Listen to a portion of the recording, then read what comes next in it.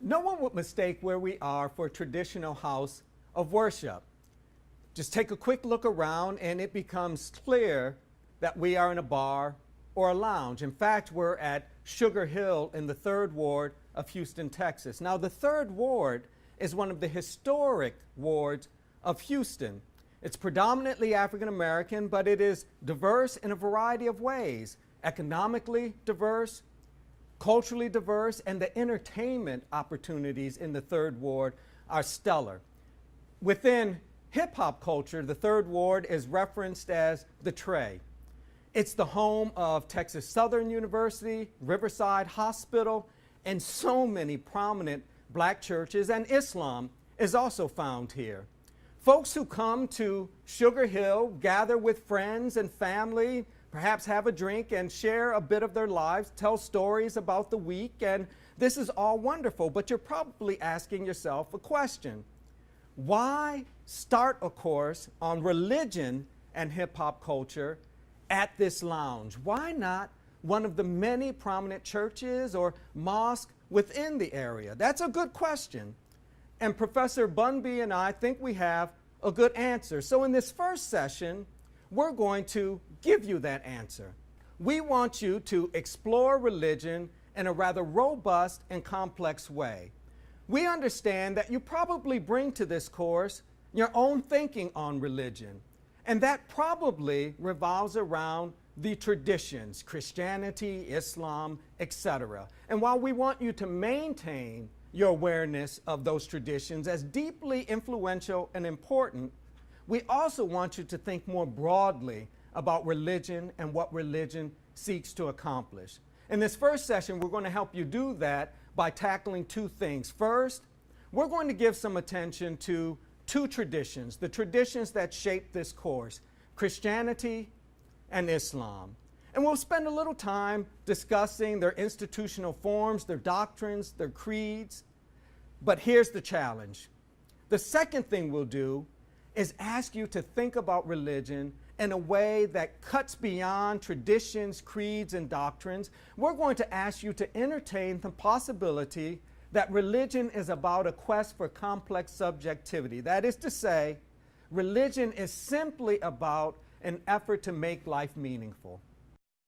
I'm going to be talking in terms of the United States, but I hope you'll use this as an opportunity to think about what I'm saying within your own context. Now, I want to bring you into my context, Texas, Houston. Religion matters here, no doubt about it. Religion matters. There are huge numbers of Christians, huge numbers of churches. In fact, two of the largest churches in the country are located in Houston. That's Lakewood and Second Baptist. The largest United Methodist church in the country, Windsor Village, is also located in Houston. But in addition to this Christian population that is substantial, there are a good number of Muslims in Houston as well. In fact, Houston is one of the major locations for the growth of new mosques in the United States. All that is to say, the religious landscape of the United States is robust, it's thick, and the majority of U.S. citizens place themselves on this turf, understanding themselves as religious. And it's also important to recognize that these traditions compete. They have claims, creeds, doctrines, practices that run contrary. Let me give you just one example. Jesus the Christ. For Christians, this figure is huge. That the tradition revolves around the story of this particular figure. Now, some Christians will debate whether Jesus was in fact God and human or not. What remains important is this: the moral and ethical principles that guide life for Christians are premised upon the teachings of this figure. Now, for Muslims, Jesus is important as well. He's one of the prophets, but not the greatest prophet. From the perspective of Muslims, Christians make too much of this figure. Now, I give you this example simply to highlight that these traditions exist in the same locations, but they compete. I don't want to leave you with the thought that these traditions simply compete, that they're just wrestling. I also want you to understand that there are deep commonalities between these traditions. I'm going to highlight one. Christianity and Islam are both concerned with a proper response to human suffering. They are both concerned with providing humans with a way to make it through the world, to make it through life with a sense of agency, purpose, and to move through life in ways that allow for robust and rich relationships. And to do that with a sense that they are just a small piece of a larger process. Christians understand human suffering as being something easily addressed, that the Christ event is all about an effort to deal with human misery, suffering, and shortcomings. It becomes a way of providing humans with a way out. And the argument is this: if you accept what Christ has done, you have an opportunity to right wrongs, develop a new life path, and new opportunities will arise from that. For some Christians, this involves an otherworldly sense of salvation that's available to you. For others, it involves a different set of opportunities, a different knowledge base that guides life in the here and now. I want to highlight one of the traditions that will be important during the course of our time together, the Nation of Islam.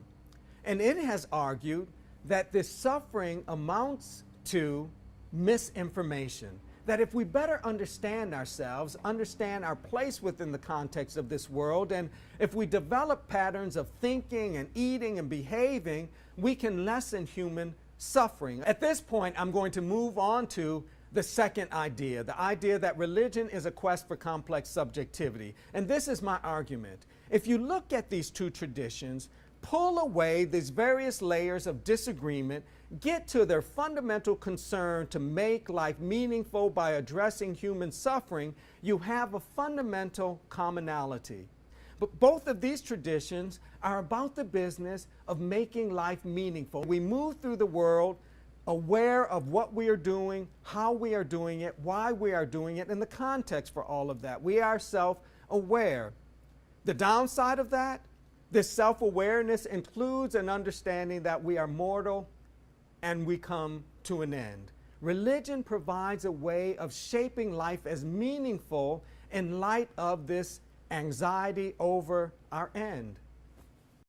If you'd like a bit more information, check out the bonus reel and also give some attention to the teaching assistant shout-outs. Those will be really, really helpful.